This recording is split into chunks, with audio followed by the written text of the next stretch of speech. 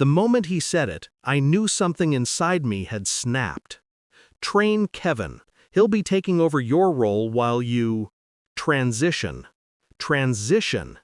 That word hung in the air like a bad joke. I'd spent 7 years building the department from the ground up. Late nights, canceled vacations, carrying projects across the finish line while he, my boss, soaked up the praise. Now he wanted me to train the kid he picked over me for the promotion I'd been promised. So I smiled, just slightly. Of course, I said, happy to help. But inside, I was already planning my exit and his destruction. When I first joined, I believed in him, Tom, my boss. The man who said, stick with me and I'll make sure you're running this place. And I did. I stayed loyal when others quit. I covered his mistakes, rewrote his reports, and even talked down clients after his blunders. He used to call me his right hand. But loyalty only matters until someone hungrier shows up. Kevin was that someone. Young, polished, eager to please. He laughed too loud at Tom's jokes, worked late when I did, and mirrored every leadership cliché he heard in meetings. I saw it coming before anyone else did. The subtle distance. Tom stopped looping me into calls. Clients I'd handled for years were reassigned. By the time he announced Kevin's promotion, I already knew what kind of man Tom was. Still, hearing it aloud burned. The first sign wasn't the demotion. It was an email, accidentally forwarded to me. It was from Tom to the regional director. She's too independent, too opinionated. Not the team player we need for leadership. I stared at that line for a long time. I'd given everything, and this was how he defined me? Independent. The word he used to build his case against me. When I confronted him, he smirked. It's not personal, he said. You just don't fit the new direction. The new direction was Kevin, a clone of Tom, just cheaper and easier to manipulate.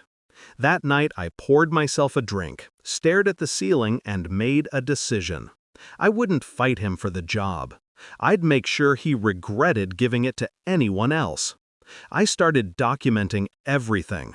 Every file, every client report, every cost-saving measure I'd designed. I backed up my entire system onto an encrypted drive. Then I quietly watched. Kevin leaned on me for everything.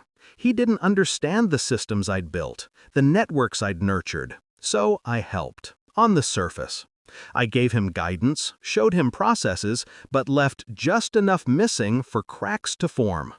When Tom started pushing harder, more projects, tighter deadlines, I smiled through it. He thought I was still loyal. Then came the final insult. Either you train Kevin properly, he said one morning, or I'll have to let you go. I looked at him, calm. Then let me go.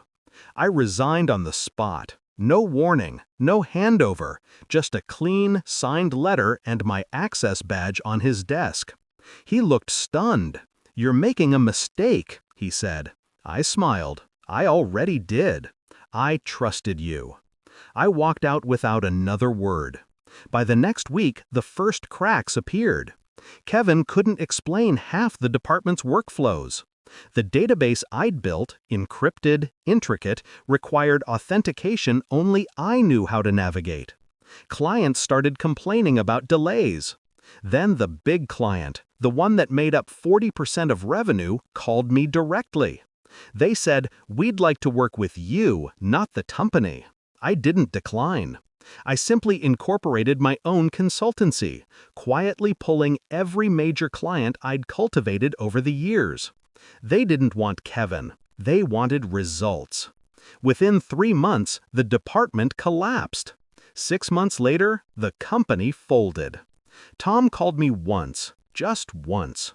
His voice was softer than I'd ever heard it. You did this, didn't you? I didn't answer. Silence says more than words ever could. He sighed. You could have been running this place. I was, I said. You just didn't notice. Click. Now, when I walk into my office, my own office, I sometimes think about that day. The look on his face. The way arrogance can blind a man to his own downfall. People say revenge doesn't solve anything. Maybe they're right. But justice? Justice feels clean. Tom taught me that loyalty without respect is servitude, and that silence, when wielded right, can be the sharpest weapon.